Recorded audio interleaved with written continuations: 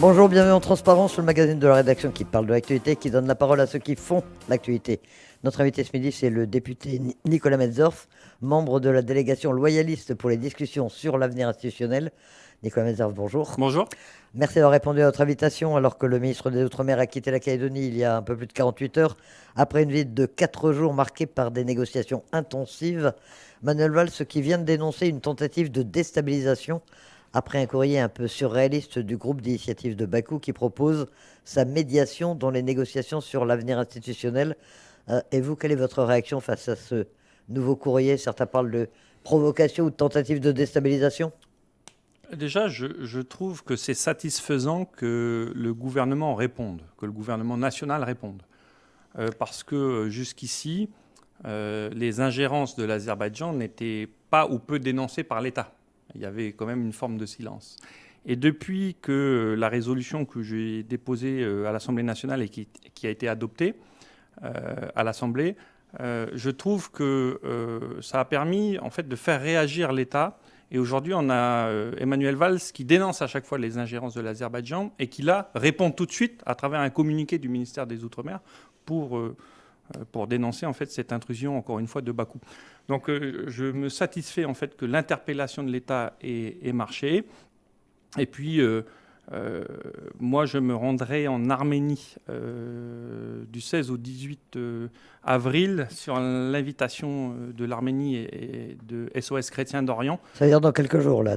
Ouais, c'est ça. Dans une quinzaine de jours, je me rends en Arménie pour justement en apprendre plus sur les méthodes de l'Azerbaïdjan. Vous savez que l'Arménie souffre beaucoup des attaques et de la guerre avec l'Azerbaïdjan, ont beaucoup souffert aussi de la désinformation du régime azéri. Ils ont mis en place des procédures et des moyens d'y répondre, donc c'est toujours bon d'aller voir les ennemis de nos ennemis. Vous y allez à l'invitation de l'Arménie elle-même? Oui, et notamment de l'association d'une ONG qui s'appelle SOS Chrétiens d'Orient, qui en fait défend les chrétiens persécutés à travers le monde entier. Et donc le calendrier me permet d'y aller puisque les discussions qu'on aura avec le gouvernement sur l'avenir institutionnel se dérouleront en visio. Donc je ferai des visios depuis Erevan. Et votre résolution qui est déjà adoptée par le Parlement français doit passer également à l'échelon européen aujourd'hui. Oui, c'est ça. C'est-à-dire que ça a été adopté par la Commission des Affaires européennes et la Commission des lois. Ça a été transmis au gouvernement national.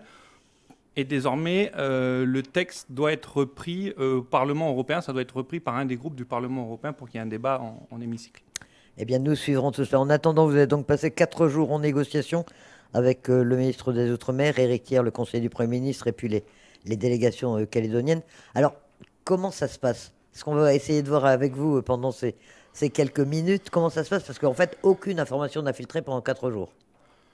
Ça se passe bien, en réalité, ça se passe bien dans la mesure où il y a l'ensemble des groupes politiques qui sont autour de la table, qu'on l'a dit plusieurs fois que la méthode est bonne.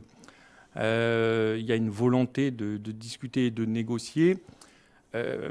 Mais après, une fois qu'on a dit ça, c'est des questions de forme, ce dont je parle. Après, il y a le fond. Et sur le fond, on est quand même encore très éloigné.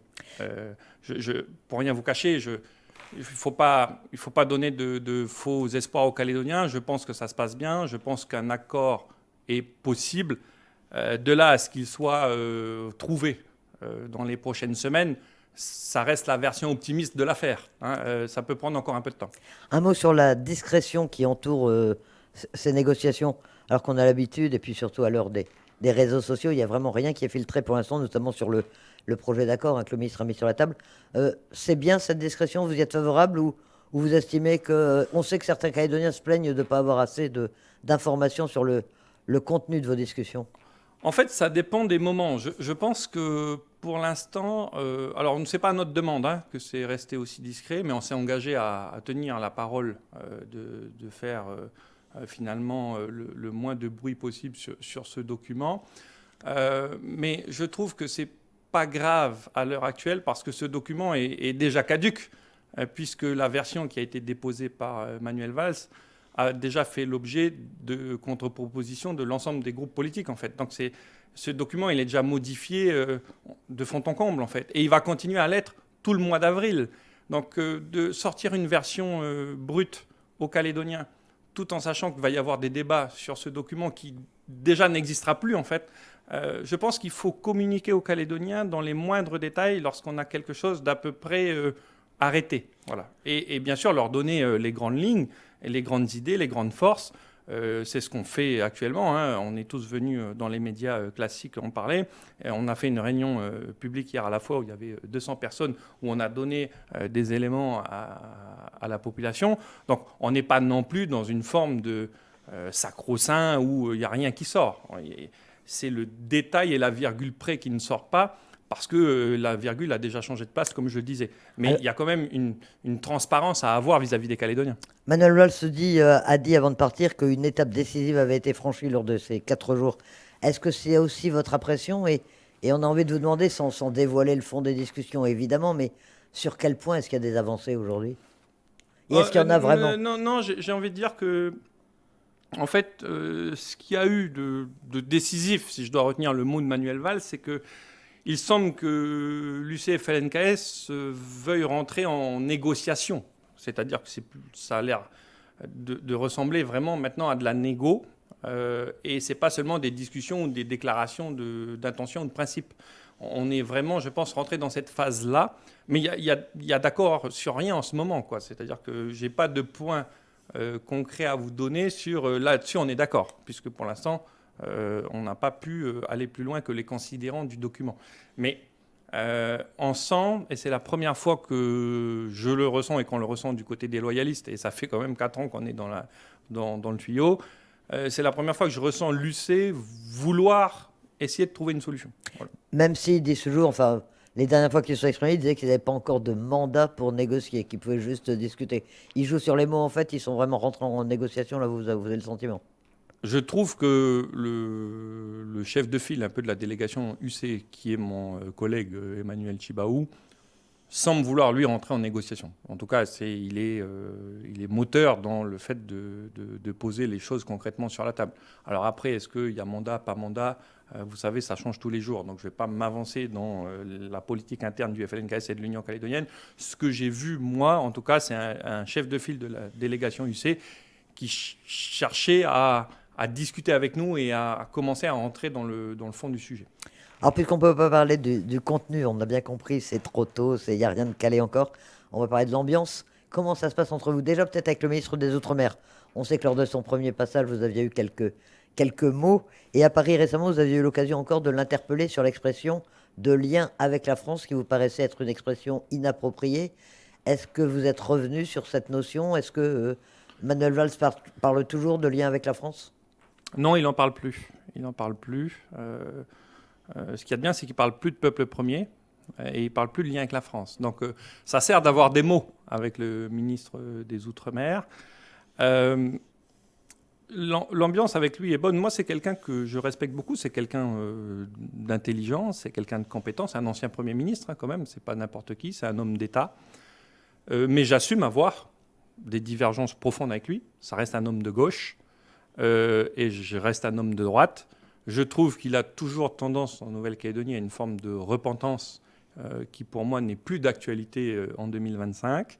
Mais ça ne nous empêche pas d'avoir des débats respectueux. Et donc l'ambiance avec lui est bonne. Et j'ai trouvé d'ailleurs qu'il s'était recentré par rapport à ses premières déclarations lorsqu'il était venu la première fois, ou même avant qu'il vienne la première fois, où il avait parlé de trajectoire, de pleine souveraineté, de souveraineté partagée, de peuple premier, où là, il avait quand même enchaîné les mots contre triple.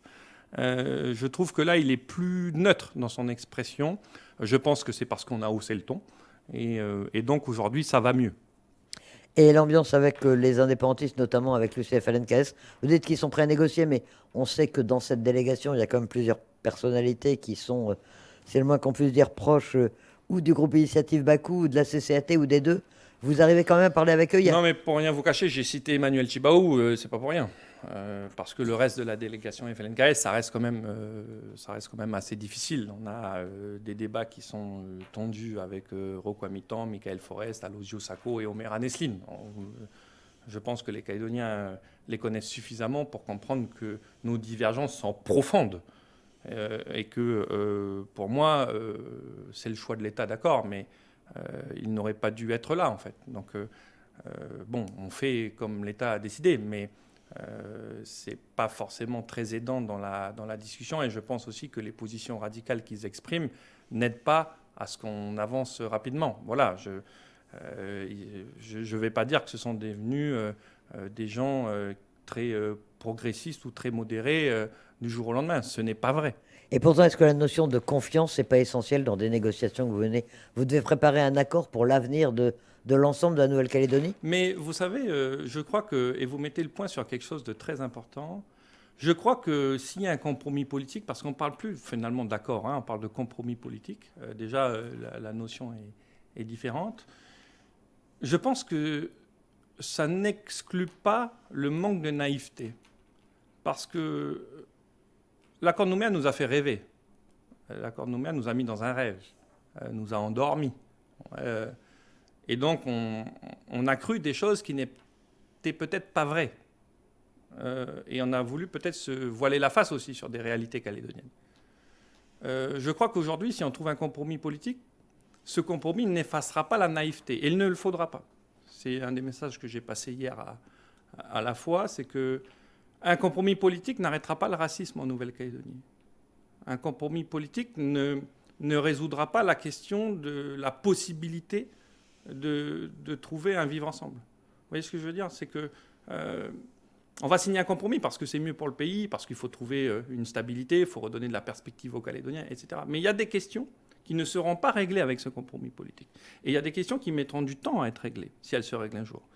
Et la question, notamment la plus importante, qui est de savoir, est-ce que la majorité des indépendantistes veulent vivre avec les non-indépendantistes, en tout cas sur un même pied d'égalité, hein, les hommes naissent libres et égaux en droit. Donc ça, je ne sais pas, et on le verra à la langue. Donc on peut signer un compromis politique tout en sachant qu'on ne va pas répéter la sérénade de l'accord de Nouméa le lendemain, en disant ça y est, on ne forme plus qu'un, c'est génial, on s'aime tous. La communauté de destin, le vivre ensemble, tout ça, c'est un peu abîmé malgré tout aujourd'hui. Pour moi, ça reste abîmé. Déjà, si on arrive à vivre en paix, ça sera bien. Le vivre ensemble, je pense que ça va mettre plusieurs années, voire des décennies, pour qu'on puisse y trouver une réponse. Déjà qu'on vive en paix, vous savez déjà, ça sera un grand pas. Alors parmi les points de clivage, on imagine, il y a la question, je vais vous faire bondir, du lien avec la France, de l'appartenance ou non à la France, de l'appartenance à la France ou de l'indépendance. Il y a évidemment le droit ou non à l'autodétermination et comment il s'exprime. Qu'est-ce qui peut faire avancer la situation? Qu'est-ce qui peut la débloquer sur ces points-là? Nous, ce qu'on essaie d'aller chercher, c'est le statut définitif.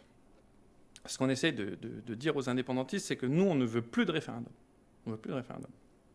Parce qu'on en a fait en 88, on en a fait en 98, on en a fait en 2018, 2020 et 2021. Ce n'est pas des perspectives des référendums, c'est des obstacles, c'est des fossés. Donc, ça ne sert à rien de condamner chaque génération. C'est-à-dire qu'une génération ne peut pas condamner à chaque négociation la génération qui vient après.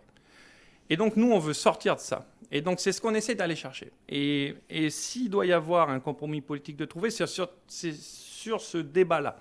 Est-ce que c'est un statut définitif ou est-ce que c'est une forme d'accord de Nouméa bis avec dans 20 ans, 25 ans, un référendum de projet qui se déclenche, etc. Je pense qu'il faut essayer de trouver l'accord définitif. Il faut essayer de trouver un statut où on puisse dire aux Calédoniens, à la sortie de ce statut, c'est fini. C'est fini, voilà. Notre règle, c'est ça. Notre fonctionnement, c'est ça. Les compétences de l'État, c'est ça. Les compétences de la Nouvelle-Calédonie, c'est ça. Et on avance comme ça. C'est ça les règles du jeu, de manière indéfinie. Je pense qu'il ne faut plus de CDD. Il ne faut plus de contrat à durée déterminée sur un statut de la Nouvelle-Calédonie. Il faut un CDI. Voilà. Et donc, c'est ça qu'on essaie d'aller chercher avec les indépendantistes. Et c'est ça le message qu'on leur a fait passer. Même si, et c'est l'une des craintes sans doute de la majorité des Calédoniens, il y a ce terme de trajectoire qui est employé par les indépendantistes, par le ministre aussi, où on a l'impression qu'il y a une trajectoire presque inéluctable. Non, mais ça, c'est la... Est-ce que ça, vous êtes à même de l'arrêter? Ça, c'est la revendication des indépendantistes. Mais non, nous, on a le droit d'avoir aussi notre position politique. Et le ministre, quand il parle de trajectoire, il ne reprend qu'un élément de langage des indépendantistes. Mais le ministre, il était plutôt d'accord avec nous. Si on disait, mais monsieur le ministre, si on arrive à trouver un statut définitif, vous êtes d'accord ou pas? Forcément qu'il est d'accord, le ministre. Vous savez, lui, le ministre, il va être d'accord avec l'accord que les Calédoniens vont trouver. Hein. Donc, je pense que nous, notre responsabilité politique, c'est celle-là aujourd'hui. Moi, je vivrais comme la moitié d'un échec, un compromis politique où il y a un référendum prévu dans plusieurs années. Je le vivrais comme un échec, même si on s'est mis d'accord. Je pense que la plus belle des réussites politiques dans cette négociation, c'est qu'on puisse sortir de là en disant c'est terminé.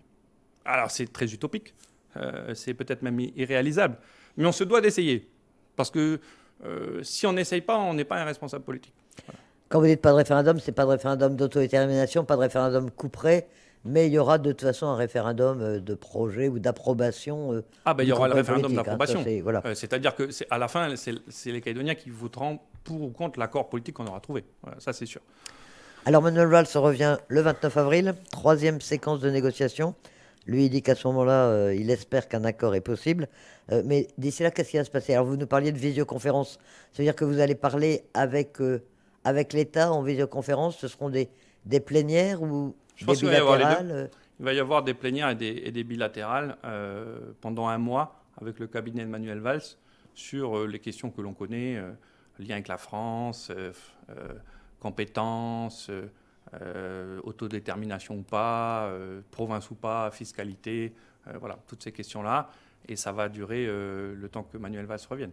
Et est-ce que vous envisagez des discussions directement avec vos partenaires calédoniens? Est-ce que entre vous, entre responsables calédoniens, vous pouvez avancer les choses aussi? Ou est-ce qu'il faut que le ministre soit là? Je suis toujours très méfiant de ça parce qu'à chaque fois qu'on a voulu essayer sans l'État, ça finit par déraper. Donc je trouve que quand il y a une méthode qui est en place et qu'elle fonctionne, il ne faut pas essayer d'en inventer une nouvelle, quoi. Le mieux est l'ennemi du bien. Voilà, je trouve que pour l'instant ça fonctionne. Donc tenter une négociation parallèle sans l'État à côté, oulala, vous savez quoi, pour l'instant il y a un tempo qui est donné par un ministre, il y a un arbitre, il y a son cabinet qui est là, qui organise les choses, l'ordre du jour, le calendrier. Si on s'y met à côté... ça risque de brouiller les pistes. Donc je suis pas fan de ça. Alors, juste avant de partir, Manuel Valls a déclaré, je crois qu'un accord est possible. Vous parlez de compromis maintenant plutôt que d'accord, mais est-ce que à la fin du mois, à la fin du mois d'avril, début mai, on aura quelque chose? Est-ce que vous pensez que c'est réaliste d'espérer un accord à cette période-là? Un compromis politique est possible. Est-ce qu'il est possible fin avril? C'est ambitieux. C'est ambitieux. Il faudrait que les visioconférences se passent très bien. Et il faudrait que les 4 jours de finalisation se passent très bien. Et surtout qu'on aille vite. On n'a pas démontré ça jusqu'ici. Je pense que si un compromis politique est possible, il prend du temps. Voilà. Il peut prendre encore des semaines, il peut prendre encore quelques mois. Je nous trouverais vachement efficace de trouver un accord politique en avril. D'autant que nous, tant qu'il n'y a pas d'accord politique aussi, il n'y a pas de référendum d'organiser par la Constitution française, puisque jusqu'ici, on est régi par l'accord de Nouméa et qu'on a fait les 3 référendums déjà. Donc nous, en fait, on n'est pas pressé, et je tiens à le dire, de trouver un accord politique, même si on est conscient de la situation économique et sociale du pays. Mais il faut comprendre qu'aujourd'hui, on est français et qu'il n'y a aucun référendum de prévu à l'heure où je vous parle par la Constitution française pour qu'on puisse se demander si on veut être indépendant ou pas à nouveau. Donc en fait, nous, on est dans une situation où on est français indéfiniment là, à l'heure où je vous parle. Donc c'est aux indépendantistes de venir chercher un compromis politique et à proposer des concessions. Nous, pour l'instant, moi, mon passeport, il est français. Le vôtre, il est français. Et il n'est pas prêt de changer. Donc, si les propositions des indépendantistes ne nous conviennent pas lors des visios ou fin avril, on n'a pas de raison de s'emballer. Même si je comprends, évidemment, parce qu'on croise tous les jours, l'urgence que nous dit le monde économique et les salariés. Mais ça, cette pression-là du monde économique et du salariat, elle est pour les 2 camps. Et il y a aussi l'urgence, même si elle est peut-être moindre, mais il y a l'urgence d'organiser des élections provinciales, puisque le dernier mandat, enfin le mandat actuel semble infini, pour l'instant en tout cas à rallonge. On a dit des élections avant la fin de l'année. Ouais. S'il y avait un accord au 31 mars, ouais. Bon, déjà on l'a dépassé, il semble qu'il va être encore plus... Comment est-ce qu'on va faire? Alors comment on va pouvoir s'organiser? Parce qu'une fois que l'accord est trouvé, s'il est trouvé, on ne va pas dire fin avril, mais disons dans quelques semaines, il y a encore tout un cheminement législatif pour qu'il soit qui soit accepté et que, Bah, et que les élections puissent être organisées? La réponse, elle est très simple. Soit il y a la possibilité, et on est là sur la voie de trouver un compromis politique, et l'État va décaler encore une fois les élections, évidemment. Soit on se rend compte qu'en fait c'est bloqué, et que les espoirs qu'on a actuellement seront vite douchés par la réalité des négociations. Et là, on n'aura pas le choix que d'organiser des élections provinciales. Donc c'est plutôt l'état d'avancement à chaque fois de la réalisation de l'accord politique qui décidera si on fait des élections provinciales vite ou non. Avec le problème que s'il n'y a pas d'accord, les élections provinciales devraient être organisées avec un corps électoral gelé tel qu'il existe actuellement. Oui, c'est ce que nous a dit le ministre, mais on a dit qu'on le contesterait devant toutes les juridictions possibles, parce que compte tenu en fait, de l'écart qu'il y a entre la réalité de notre corps électoral et ce qu'a dit par exemple la Cour européenne des droits de l'homme sur les conséquences du corps électoral gelé. Donc nous, on a des voies de recours possibles. L'idée, c'est pas d'en arriver là, vous l'avez compris. Mais ce que je veux vous dire, c'est que aujourd'hui, nous, on est plutôt dans une position où on ne court pas après les indépendantistes pour trouver un compromis politique. Parce que, comme je vous le disais, on est français. Encore beaucoup d'obstacles donc à parvenir à surmonter. Alors vous le disiez, il y a aussi la pression, entre guillemets, de la situation économique de la Nouvelle-Calédonie. Manuel Valls, d'ailleurs, a exprimé une très vive inquiétude sur ce qu'il a appelé la dégradation de la situation économique, sociale, sanitaire de la Nouvelle-Calédonie. Il a raison sur ce point, vous partagez cette inquiétude? Ah bah oui, et puis les chiffres le démontrent, et puis pas que les chiffres. Vous ne pouvez pas croiser un chef d'entreprise qui ne soit pas en difficulté. Alors, moi, je tiens quand même à saluer le travail de l'ensemble des élus non indépendantistes sur le sujet. Ça a d'abord débuté avec le député, pardon, et je me cite, mais sur le vote du budget au niveau national, avec le milliard d'euros, le milliard 200 millions d'euros qui était prévu au budget, parce que si aujourd'hui on peut signer l'ensemble des mesures économiques, c'est grâce au vote à l'Assemblée nationale. C'est ensuite les mesures prises par le gouvernement et la province. Il faut saluer le travail de Christopher Gigès sur l'allègement des charges fiscales, l'augmentation du plafond de déductibilité des travaux. Il faut saluer les décisions que va prendre Sonia Baquès à la province sud sur le soutien aux patentés, sur le soutien aux primo-accédants à l'emploi. Donc on voit qu'on a aujourd'hui des élus non indépendantistes, qu'ils soient à l'Assemblée nationale, au gouvernement ou à la province sud, qui prennent un ensemble de mesures économiques pour soutenir notre tissu d'emploi et notre richesse créée. Mais on est conscient de ça, que la vraie grande mesure économique, celle qui redonne du souffle définitivement à la Nouvelle-Calédonie, c'est une stabilité politique et un avenir dégagé. On est conscient de ça. Mais quand on est dans une négociation, il faut savoir aussi optimiser ses gains. Voilà. Donc on ne peut pas non plus être les plus pressés à vouloir trouver un accord politique. Et puis je tiens à souligner aussi qu'il y a un énorme travail, là encore, de la province sud sur le redémarrage de l'usine du Sud, sur le fait de trouver un nouvel actionnaire qui permettra de redonner de l'emploi et des perspectives sur l'usine du Sud. Il y a des discussions aussi avec la SLN sur un nouvel actionnaire. Donc il y a toute une stratégie et des actions qui sont développées par nos élus dans nos institutions pour maintenir le tissu économique. Vous avez été soulagé vendredi dernier que le budget 2025 soit adopté avec l'accord pour le prêt dont vous parlez, le prêt de 120 milliards de francs CFP. Là. Vous avez eu peur à un moment? Vous avez pensé, on a vu l'ambiance un peu tendue, il y a eu un vrai suspense pour l'adoption de ce budget?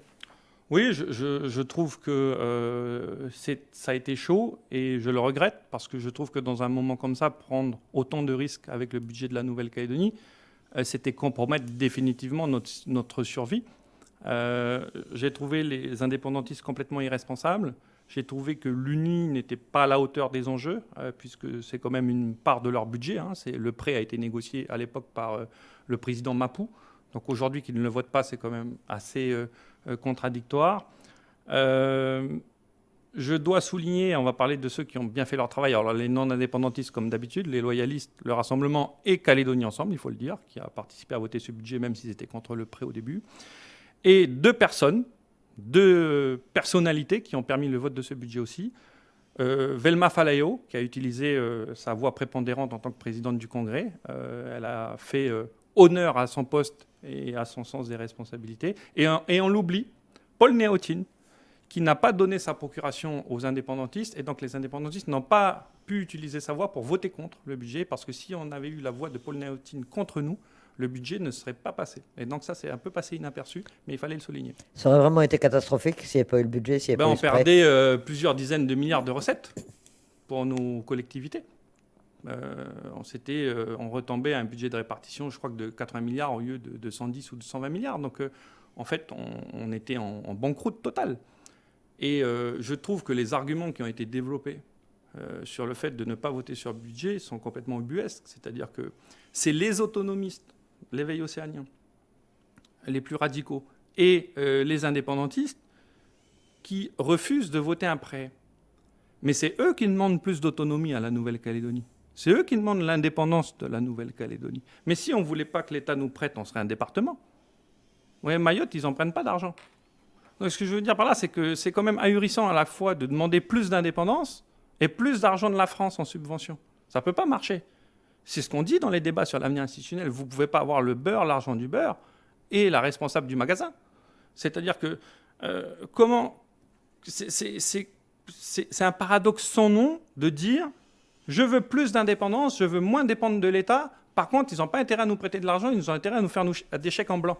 Mais enfin, ça ne peut pas marcher comme ça. Et si on en est là aujourd'hui, c'est parce qu'on est autonome en tout. Moi, j'ai énormément de difficultés à obtenir ces crédits à l'Assemblée nationale. Pourquoi ? Parce qu'ils nous disent, mais attendez, mais nous, on souffre de crise budgétaire partout. On n'arrive pas à financer des autoroutes, on n'arrive pas à financer des hôpitaux, on n'arrive pas à financer des écoles en métropole. Vous êtes indépendant sur ces sujets-là, vous êtes autonome, vous êtes compétent. Et quand bien même on vous donnerait l'argent, vous nous dites encore, alors il parle des Calédoniens de manière générale, que l'indépendance est encore possible. Donc en fait, on investirait à fond perdu chez vous, alors qu'on n'a pas d'argent. Comment je fais, moi, pour répondre à ça ? Donc, je suis très content d'avoir entendu là le ministre sur ce sujet qui a dit, et qui a répété quelque chose que je dis depuis des années, c'est que l'État nous a toujours dit que s'il y a un accord politique de trouver, il serait beaucoup plus conciliant sur la transformation des prêts en subvention. Donc, on sait ce qu'il nous reste à faire.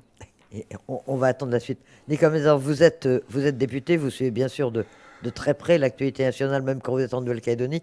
L'un des faits de cette semaine, ça a été la condamnation à une peine d'inéligibilité avec exécution immédiate de Marine Le Pen. Elle pourrait ne pas être candidate, ne pas pouvoir se présenter à l'élection présidentielle de 2027, alors qu'elle en est la favorite dans les sondages. Comment est-ce que vous réagissez à cette... Il y a eu beaucoup de réactions, certains ont mis en cause la justice, d'autres... Comment est-ce que vous réagissez, vous, à cette condamnation ? Est-ce que ça vous interpelle ? Je fais partie de ceux qui remettent en cause la justice parce que je trouve que la justice a fait appliquer la loi. La loi, c'est la loi. Et la juge l'a appliquée. Moi, en tant que parlementaire, par contre, puisque c'est mon métier de faire la loi, mon métier, c'est aussi de me demander tous les jours si la loi est bonne ou pas. Quand je suis à l'Assemblée nationale et que je dois appuyer sur un bouton, pour, contre ou abstention, ma seule réflexion, c'est est-ce que ce que je vote est bien ou pas ? C'est mon métier de réfléchir à la loi. Et quand je réfléchis à la loi qui a permis de condamner Mme Le Pen, je trouve qu'elle n'est pas sans défaut, notamment l'exécution provisoire de l'inéligibilité. C'est-à-dire qu'on rend quelqu'un inéligible avant même la fin de l'ensemble du processus judiciaire. C'est-à-dire on la rend inéligible avant même qu'elle puisse faire appel. Et l'inéligibilité, c'est pas quelque chose de commun, c'est-à-dire que le juge remplace le peuple. C'est-à-dire que c'est le juge qui décide si quelqu'un doit être élu ou pas. Et ça pose une vraie question dans une démocratie. C'est-à-dire que moi, ça me dérangerait moins que Mme Le Pen soit condamnée, elle soit condamnée à de la prison avec sursis, qu'elle soit condamnée à une amende, mais qu'on laisse le peuple décider ensuite. C'est-à-dire, on connaît Mme Le Pen, on sait qu'elle a été condamnée pour ça, pour ça, pour ça. Est-ce qu'on vote pour elle quand même ou pas ? Et je trouve que l'exécution provisoire d'inéligibilité enlève du pouvoir au peuple, enlève un peu de démocratie. Donc certainement que c'est ce que j'aurais dit à l'Assemblée nationale si j'avais été député lorsque cette loi est passée. Donc malgré tout, la loi est la loi et aujourd'hui elle est comme ça. C'est une loi qu'il faut changer éventuellement, qu'il faut faire évoluer, qu'il faut Oui, Gérard Larcher l'a dit, je crois que François Bayrou l'a dit, parce que ça remet en cause même un principe démocratique de fond. Qui décide dans une démocratie ? Est-ce que sur qui nous représente ? Et est-ce qu'on donne ce pouvoir-là très fort à un juge ou est-ce qu'on garde ce pouvoir-là au peuple?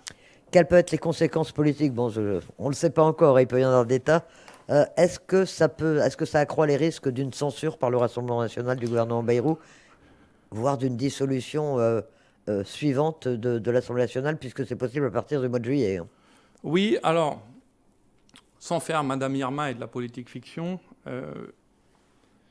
le risque de censure est moins élevé qu'auparavant. Alors après, là, il suffit que je dise ça pour que demain le gouvernement soit censuré. Mais Marine Le Pen, aujourd'hui, est inéligible, mais elle garde son mandat de députée.